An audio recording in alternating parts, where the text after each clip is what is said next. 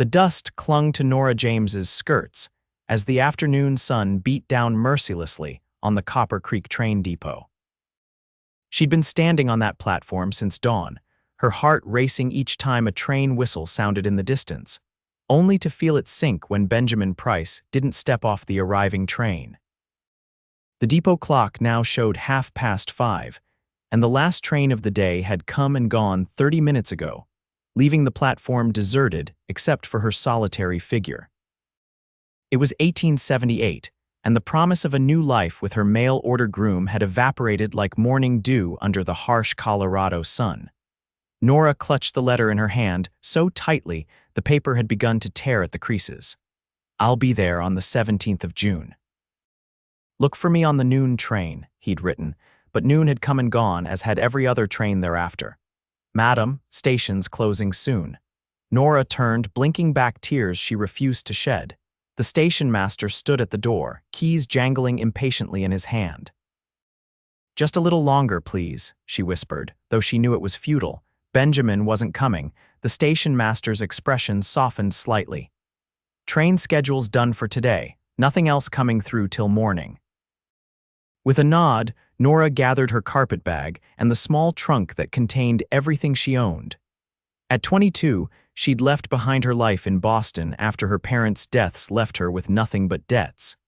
Benjamin's letters had been her salvation, or so she'd thought. As she stepped down from the platform, her heel caught on a loose board. She stumbled, nearly falling face first into the dirt before a strong hand caught her elbow. "Whoa there, steady now." Nora looked up into the sun-bronzed face of a tall man, his features partially shadowed by the brim of his Stetson. His blue eyes crinkled at the corners as he steadied her. "Thank you," she managed, embarrassment heating her cheeks. "Colton Chase," he said, touching the brim of his hat. "Couldn't help but notice you've been waiting here all day." Nora straightened her spine, unwilling to appear as desperate as she felt. "Yes, well, it seems I've been stood up, Mr. Chase." The cowboy nodded toward her luggage. "You got somewhere to stay tonight?" The question made her stomach tighten. She didn't. Every cent she had was spent on the train ticket west and a small emergency fund that wouldn't last more than a few days at the hotel. "I'll manage," she said, lifting her chin. Colton studied her for a moment, his gaze frank but not unkind. "Look, Miss James, Nora James, Miss James. It'll be dark soon, and Copper Creek ain't the safest place for a lady alone after sunset. Let me take you home. You can get sorted out properly in the morning." "Home." "I don't have a home here, Mr. Chase," she said, unable to keep the bitterness from her voice. "I meant to my sister's boarding house. Sarah runs the cleanest, most respectable establishment in town. She's got a room that's sitting empty, and she's always saying I need to send more business her way." Nora hesitated. Her mother had raised her to be cautious around strange men, but there was something about Colton Chase's straightforward manner that didn't set off alarms. "I don't want charity," she said firmly. A smile tugged at his lips. "It ain't charity if you're paying. First night's on me as a welcome to Copper Creek. After that, it's between you and Sarah." The mention of payment eased some of Nora's pride. She glanced back at the now empty platform, the reality of her situation sinking in. She was alone in a strange town with no one waiting for her. What choice did she have? "Very well, Mr. Chase, I accept your offer." Colton nodded, picking up her trunk with ease. "My wagon's just over yonder." As they walked, Nora couldn't help but notice the way people greeted Colton, respectful nods from men, shy smiles from women. He was clearly well known and well regarded. "You've lived here long?" she asked as he helped her onto the wagon bench, born and raised. "My pa started the Chase Ranch when this was just a mining camp. Now we run cattle on 5,000 acres north of town." The wagon rolled down Copper Creek's main street, a wide thoroughfare lined with false-fronted buildings, mercantile, bank, saloon, hotel, and various other businesses. Despite her troubles, Nora found herself captivated by the bustling frontier town. "It's larger than I expected," she admitted. "Railroad changed everything," Colton said, guiding the horses around a muddy patch. "Brought in folks from back east, made it easier to ship cattle to market." He glanced at her. "That why you came? Railroad work?" Nora's fingers found the letter in her pocket. No, I was supposed to be met by a man, Benjamin Price. Colton's brow furrowed. Price, don't know any Prices around here. He wrote that he had a claim outside of town. Said he'd built a cabin and was ready for a wife. She felt foolish saying it aloud. Mail order bride? Colton asked, his tone neutral. Yes, Nora admitted, though it seems I've been deceived. They turned down a side street where a large 2-story house sat at the end, white painted with blue shutters and a wide front porch. A neatly painted sign read, Chase Boarding House. This is my sister's place, Colton said, bringing the wagon to a stop.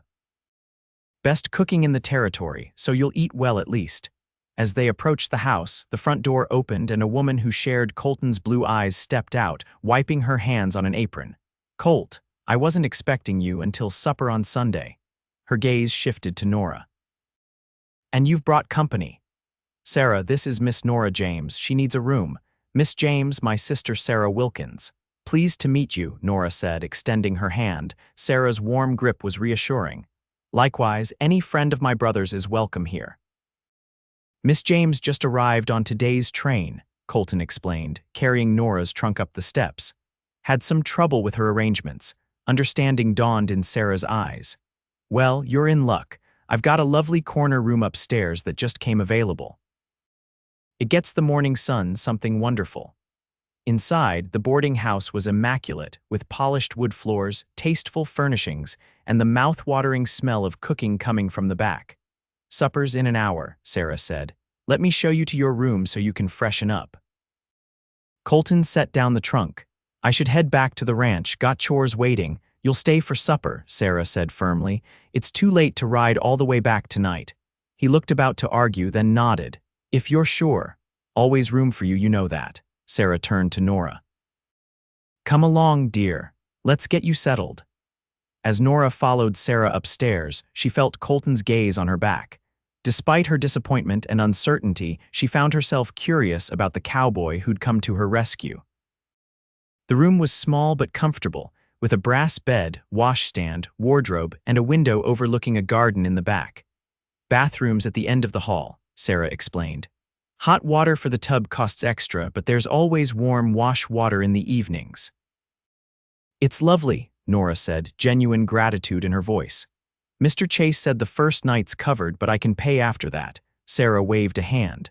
We'll sort that out tomorrow. Rest now and come down when you hear the dinner bell.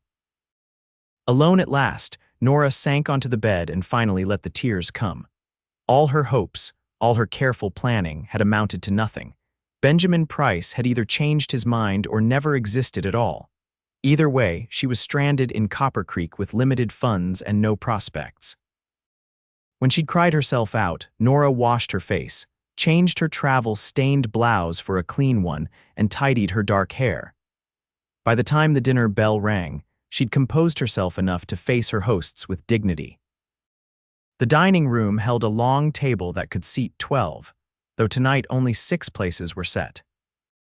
Besides Colton and Sarah, there were 3 other boarders, a middle-aged schoolteacher named Miss Abernathy, an elderly gentleman who introduced himself as Judge Hollister, and a young clerk from the bank named Edward Turner.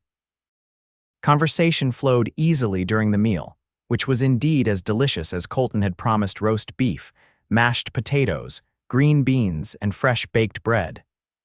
Nora found herself drawn into discussions about the town, careful to deflect personal questions with vague answers.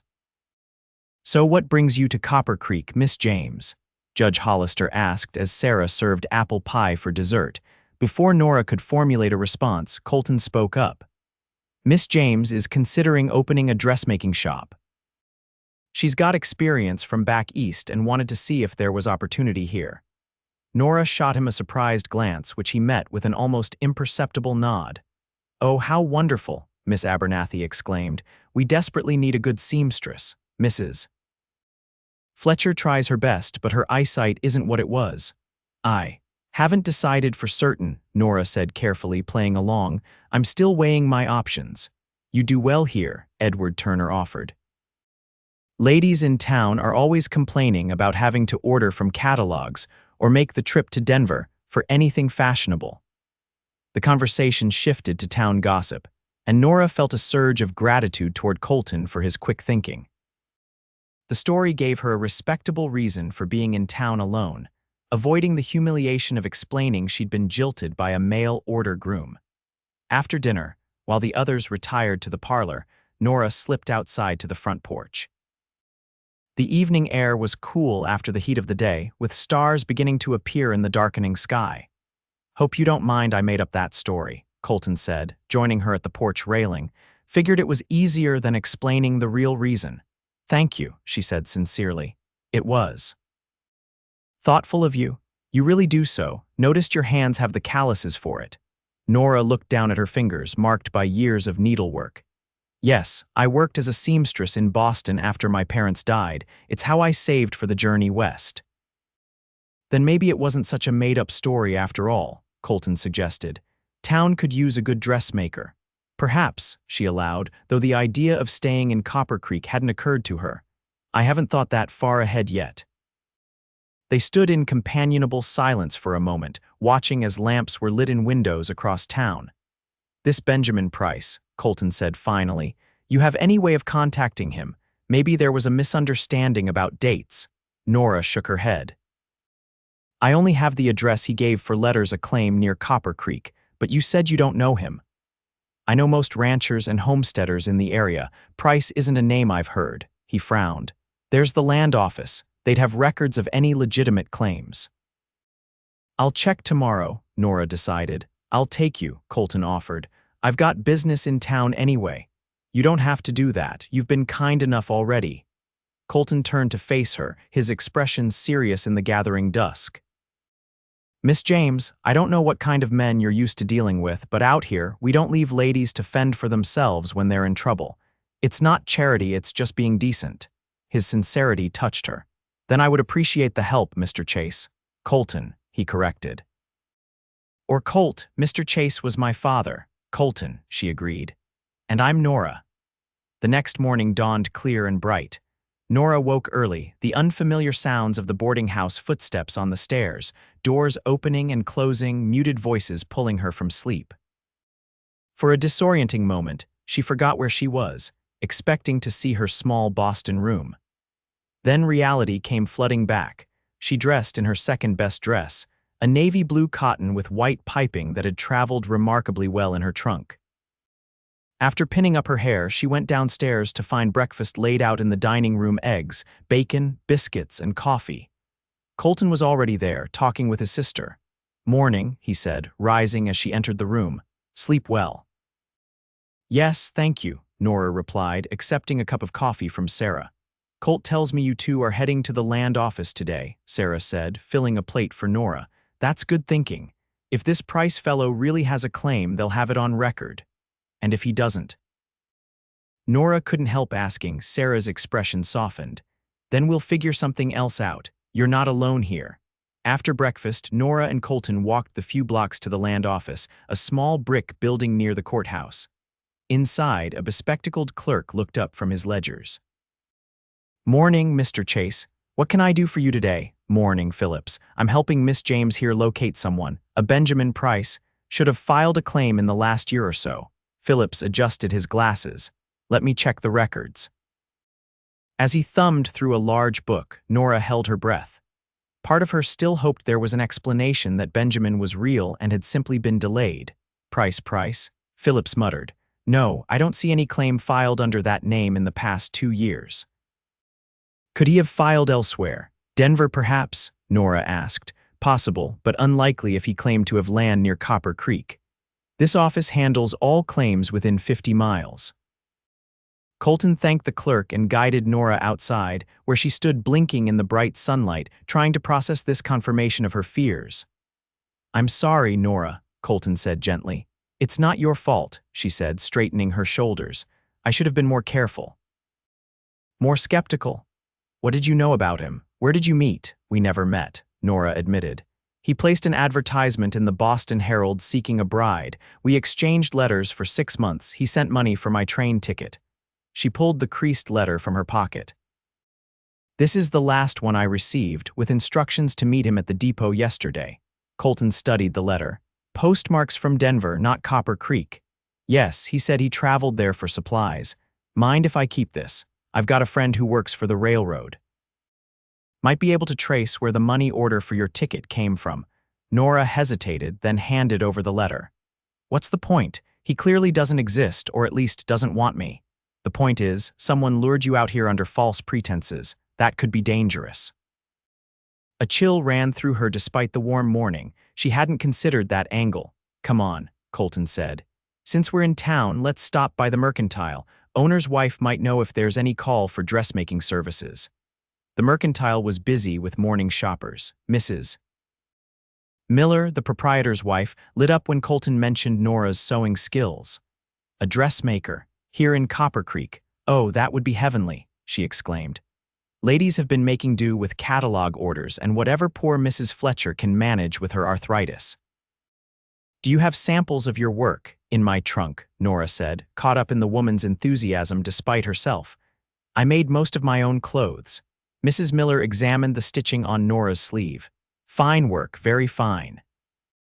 You know, the space above the hardware store has been vacant since Mr. Phelps moved his law office to the new building. It would make a lovely shop with living quarters in the back. I hadn't really considered staying in Copper Creek, Nora began. Just think about it, Mrs. Miller insisted. We'd all be so grateful to have a proper dressmaker in town. I'd be your first customer. I need a new Sunday dress, something terrible. As they left the Mercantile, Colton looked amused. Told you there'd be interest. It does seem promising, Nora admitted. But I don't have the capital to rent a shop and buy supplies. Town's got a good bank. Turner the fellow from dinner last night, he's fair with loans, especially for businesses the town needs. Nora shook her head in wonder. Yesterday I thought my life was over, and today you're suggesting I start a business. Life has a way of opening new doors when others close, Colton said. My pa used to say that. They spent the rest of the morning exploring the town, with Colton pointing out landmarks and introducing Nora to various shopkeepers and residents. By noon, she'd met the mayor, the newspaper editor, and at least a dozen potential customers, all expressing delight at the prospect of a dressmaker setting up shop. Hungry? Colton asked as church bells rang out 12 o'clock. The hotel dining room serves a good lunch. At the hotel restaurant, they were seated by a window overlooking the main street. Nora couldn't help noticing the curious glances from other diners, followed by whispered conversations. Is it always like this? She asked quietly. Everyone watching, talking. Small town, Colton said with a shrug. Not much happens that folks don't notice. Being seen with me probably has them speculating. I don't usually escort ladies around town. Oh, and why is that, Mr. Chase? No suitable young women in Copper Creek. The teasing question slipped out before she could stop herself. To her surprise, a faint flush appeared on his tanned cheeks. Plenty of ladies in town, just been too busy with the ranch to court properly. Their food arrived: roast chicken, potatoes, and greens, saving Nora from having to respond. As they ate, she found herself studying Colton more carefully. His hands were calloused from ranch work, his face weathered from the sun, but his manners were impeccable. There was a quiet confidence about him that she found appealing. Tell me about your ranch, she said. His face lit up as he described the Chase property, the rolling grasslands, the herd of prime Herefords, the creek that gave the town its name running through the northern pastures. Pa built the house big, hoping to fill it with family, he said. But Ma died when Sarah was born and Pa never remarried. It's just been the two of us since Pa passed 5 years back. I'm sorry, Nora said. About your parents. Been a long time since Ma and Pa lived a good life, left us with a solid ranch and no debts. Can't ask for much more than that. He paused. What about your family? Gone now, Nora said softly. Father had a bookkeeping business. When consumption took him, we discovered he'd been covering losses by borrowing.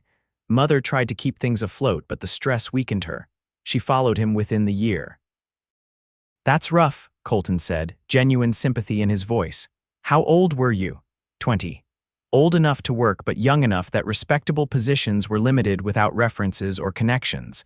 I took in sewing, lived in a boarding house not unlike your sister's. She sipped her water. When I saw Benjamin's advertisement, it seemed like providence. And now Now I'm wondering if Providence had a different plan all along. She managed a small smile.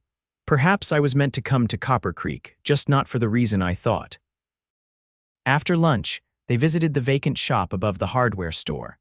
The space was dusty but promising, with large windows that flooded the room with light perfect for detail work. The living quarters in the back were small but adequate for one person. Rent's $15 a month, the hardware store owner, Mr. Hoffman, told them. First and last month up front. I'll think about it, Nora said, not wanting to commit without knowing her options. They were heading back to the boarding house when a commotion at the sheriff's office caught their attention. A crowd had gathered around a man in handcuffs being led inside. What's happening? Nora asked a nearby woman. They caught him. That swindler who's been targeting women back east, getting them to send money for train tickets, then disappearing. Nora felt the blood drain from her face. What? Colton placed a steadying hand on her elbow and approached the deputy standing by the door. Jake, what's this about? Morning, Colt. Arrested this fellow on the Denver stage. Telegraph came through yesterday from the Pinkerton office. He's been running a marriage scheme, writes to desperate women, promises them a new life, gets them to send money, then never shows up at the meeting place. How many women? Colton asked, his voice tight. At least a dozen that they know of, most lost their life savings. I need to see him, Nora said suddenly. The deputy looked uncertain. Madam, sheriff's questioning him now. Jake, this is Nora James, Colton explained. She arrived yesterday expecting to meet her mail-order groom, man named Benjamin Price. Understanding dawned on the deputy's face. You think this is him? The man we arrested is calling himself James Smith, but they found multiple identity papers on him. I have to know, Nora insisted. Jake nodded. Wait here, I'll ask the sheriff. When the deputy returned, he led them into the jailhouse where a thin, well-dressed man sat handcuffed to a chair across from the sheriff's desk. His eyes widened when he saw Nora. That's not Benjamin, she said immediately, relief washing over her. The photograph Benjamin had sent showed a bearded man with kind eyes. This man was clean-shaven with a sharp, cunning face. The prisoner's surprise turned to calculation. You one of Taylor's marks, or maybe you're looking for Edwards, Reynolds, Benjamin Price, Nora said coldly. Ah, Price. Denver post office box, he's one of Taylor's identities. Bastard's probably in San Francisco by now. Sheriff Dawson, a gray-haired man with a weathered face, looked at Nora sympathetically. Miss, we believe there's a ring of these swindlers working together. They target women in eastern cities, set up fake identities, and move on once they've collected enough money. But Benjamin sent money to me, Nora protested, for my train ticket. A common tactic, the sheriff explained. Send a little money to build trust, get the woman to travel west where she knows no one, then disappear. Some of these con men meet the women at the depot, charm them into handing over whatever savings they've brought, then vanish. Nora felt sick. So if Colton hadn't found me at the depot. Another one might have shown up claiming to be a friend of Price, the sheriff confirmed grimly. Outside the jailhouse, Nora leaned against a hitching post trying to steady her nerves. I was such a fool. You weren't, Colton said firmly. You trusted someone who abused that trust. The shame is his, not yours. His certainty was like a balm to her wounded pride. Thank you for that.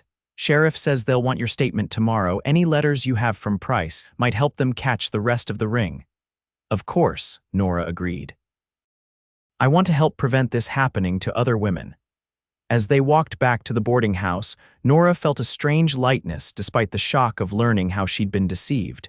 At least now she knew the truth. Benjamin Price had never been real, which meant she hadn't been rejected or abandoned. She'd been targeted. Penny for your thoughts, Colton said, breaking the silence. I'm thinking about that shop, Nora replied, and whether the bank would really give a loan to a woman alone. Colton's smile lit up his face. Only one way to find out. The next week passed in a blur of activity. With Colton's introduction, Edward Turner at the bank approved a small business loan for Nora, enough to cover 6 months' rent and initial supplies. Sarah helped her move into the rooms above the hardware store, contributing spare furniture from the boarding house. Mrs. Miller spread the word about Copper Creek's new dressmaker, and orders began coming in almost immediately. Colton stopped by daily, bringing small gifts, a plant for her windowsill, a wooden sign for her shop front that he'd carved himself, a kitten from the ranch's latest litter to keep the mice away.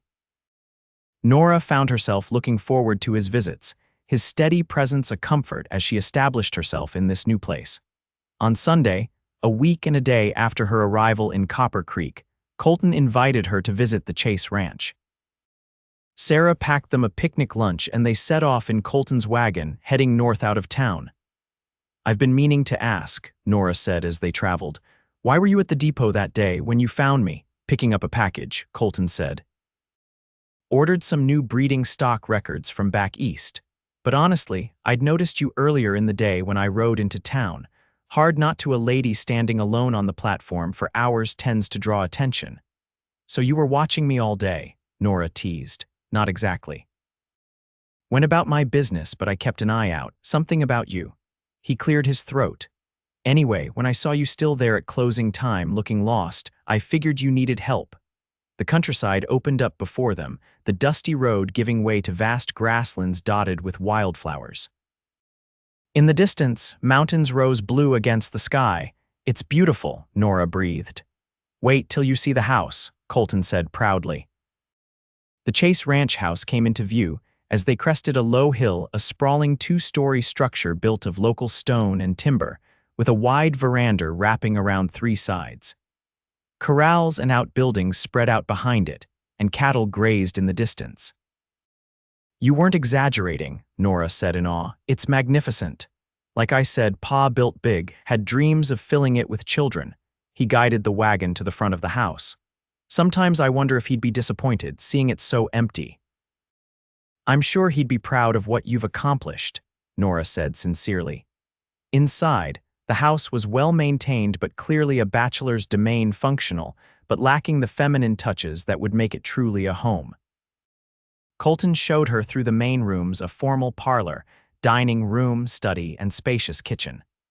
Upstairs were 5 bedrooms, only one of which appeared to be in regular use. "Sarah keeps after me about the dust," Colton admitted as he showed Nora to the veranda where they would have their picnic. "Says I ought to hire a housekeeper, but it seems wasteful for just me."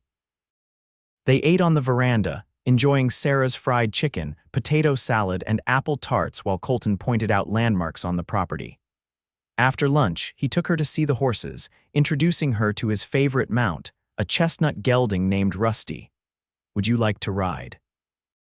he asked as she stroked the horse's velvety nose. Nora hesitated. "I've never been on a horse." "Never? Well, we can fix that. I've got a gentle mare that would be perfect for a beginner." Before she knew it, Nora found herself seated on a docile bay mare named Daisy, with Colton leading the horse around the corral. "See, nothing to it," he encouraged as her confidence grew. "Now try holding the reins yourself." By the end of the afternoon, Nora was riding unassisted at a walk, thrilled with her new skill. "This is wonderful," she laughed as she completed a circuit of the corral. Colton watched her with undisguised admiration. "You're a natural." Later, as they sat on the veranda watching the sunset paint the mountains gold and pink, Nora realized she hadn't felt this content in years. Perhaps ever. "Thank you for today," she said softly. "For everything, really. You've changed my life, Colton Chase." He turned to look at her, his eyes serious.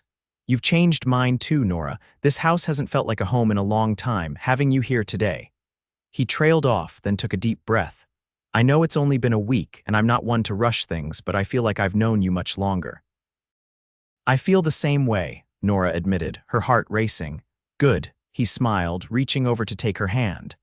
"Because I'd like to call on you properly, court you if you're willing." The question hung in the air between them, full of possibility. Nora thought of how she'd come to Copper Creek expecting to meet a man who didn't exist, only to find one who exceeded anything she could have imagined. "I'd like that very much," she said. His smile was like the sunrise. "Then I'll pick you up for church next Sunday. And dinner after, if you're free." "I'm free," she assured him. The ride back to town was filled with comfortable conversation and shared laughter. By the time Colton helped her down from the wagon in front of her shop, Nora knew with certainty that coming to Copper Creek had been the best decision of her life, regardless of how it had come about. Good night, Nora, Colton said, tipping his hat. Sleep well. Good night, Colton, she replied, lingering a moment before going inside, already looking forward to seeing him tomorrow. Over the next few months, Nora's dressmaking business flourished. Women from Copper Creek and surrounding homesteads came to her for everything from everyday dresses to wedding gowns. Her reputation for fine workmanship and reasonable prices spread, keeping her busy from dawn till dusk most days. Colton courted her properly, taking her to church socials, town dances, and picnics by the creek. He brought her wildflowers and small gifts and helped her with practical matters like fixing the loose floorboard in her shop and installing better locks on her doors. In turn, she sewed him shirts that actually fit his broad shoulders and invited him for home-cooked meals when she could spare the time. By autumn, when the aspen leaves turned golden on the mountainsides, there wasn't a person in Copper Creek who didn't consider them a match. Sarah teased her brother mercilessly about his lovesick expression whenever Nora's name was mentioned, while Mrs. Miller and the other ladies of the town offered Nora knowing smiles when Colton escorted her to events. One crisp October evening, Colton arrived at Nora's shop after closing time, carrying a basket covered with a checkered cloth. "I thought you might be hungry after a long day," he said when she opened the door. "Starving, actually," Nora admitted, letting him in. "I've been working on Mrs. Mayer's anniversary gown all day and completely forgot to eat lunch." Colton shook his head in mock disapproval. "Can't have my girl wasting away." He set the basket on her small dining table and began unpacking its contents: cold chicken, bread still warm from the oven, cheese, apples, and a bottle of wine. "Your girl, am I?" Nora teased, fetching plates from her cupboard. "I should hope so, after 3 months of my best courting." He caught her hand as she set down the plates. "Unless you object to the title," Nora's heart skipped. "Not at all. I quite like being your girl." They ate by candlelight, discussing their day. Colton had been preparing the ranch for winter, ensuring the cattle had access to sheltered areas and stockpiling hay for the months ahead. Nora had been swamped with orders for winter clothing and holiday dresses. After dinner, they sat together on her small sofa. Colton seemed unusually quiet, almost nervous. "Is everything all right?" Nora asked finally. "Better than all right," he said. "I've been thinking, Nora, about the future, our future." Her pulse quickened. "Oh, I never expected to fall in love when I found you at that train depot, but I did." "I love you, Nora James, more than I thought possible." "I love you too," she whispered, the words coming easily because they were true. Somewhere between that first day and now, her heart had found its home with this kind, steadfast man. Colton reached into his pocket and withdrew a small velvet box. "I rode all the way to Denver for this, because nothing in Copper Creek seemed good enough." He opened the box to reveal a gold ring set with a perfect diamond that caught the candlelight and scattered it like stars. "Nora James, would you do me the honor of becoming my wife? Will you marry me and make that big empty house into a home?" Joy bubbled up inside her, bright and effervescent. "Yes," she said, tears pricking her eyes.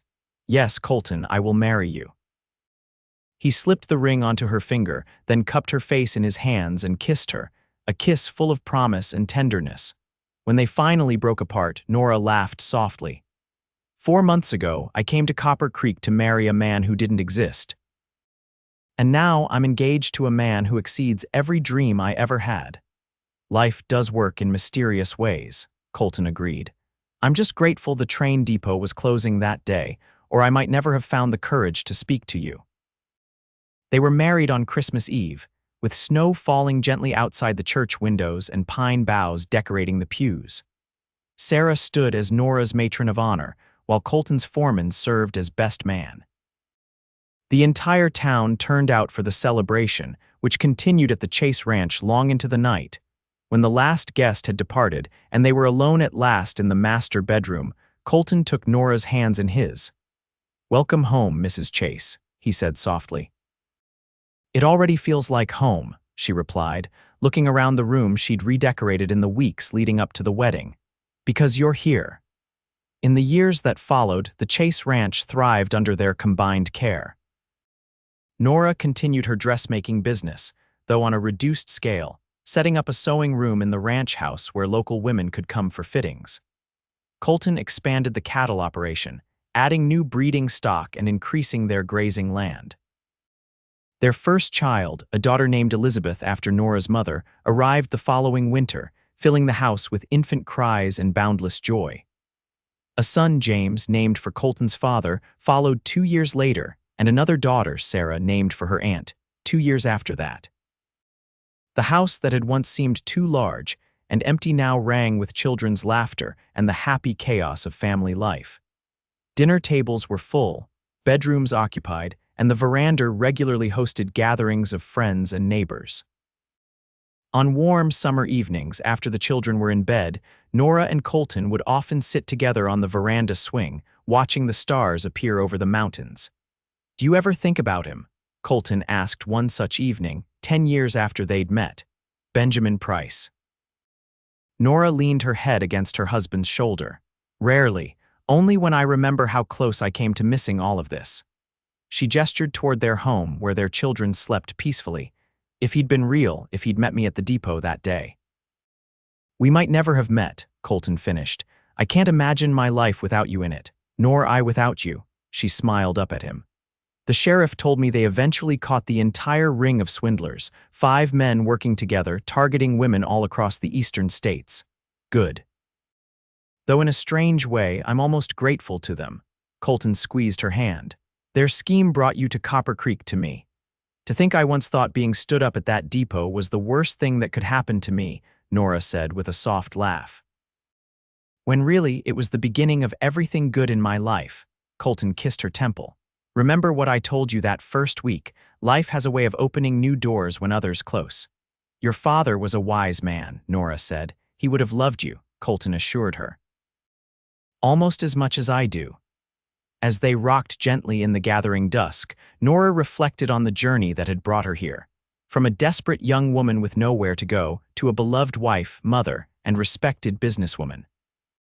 All because a man who didn't exist had failed to meet her, and a kind cowboy had said, "Let me take you home." It hadn't been the home she'd expected to find when she boarded that train in Boston, but it was infinitely better than anything she could have imagined. A home built on genuine love, mutual respect, and shared dreams. A home where she belonged truly and completely. "I love you, Colton Chase," she whispered. "And I love you, Nora Chase," he replied. "More today than yesterday, and not as much as tomorrow." Inside, a child's voice called sleepily for a drink of water, and they both smiled, the familiar interruption a welcome reminder of their blessed life. "I'll go," Colton said, rising. "You rest." As she watched him go inside to tend to their child, Nora's heart swelled with gratitude. The man who had never come to the depot had given her the greatest gift of all, the chance to find Colton, to build this life, to know this love. Some might call it chance or coincidence that Colton had been at the depot that fateful day. Nora called it providence. The hand of fate guiding her to where she was always meant to be, not in a crude cabin with a man who existed only on paper, but here on this beautiful ranch, with a man whose heart was as vast as the Colorado sky and just as constant. She wouldn't change a single step of the journey that had brought her home.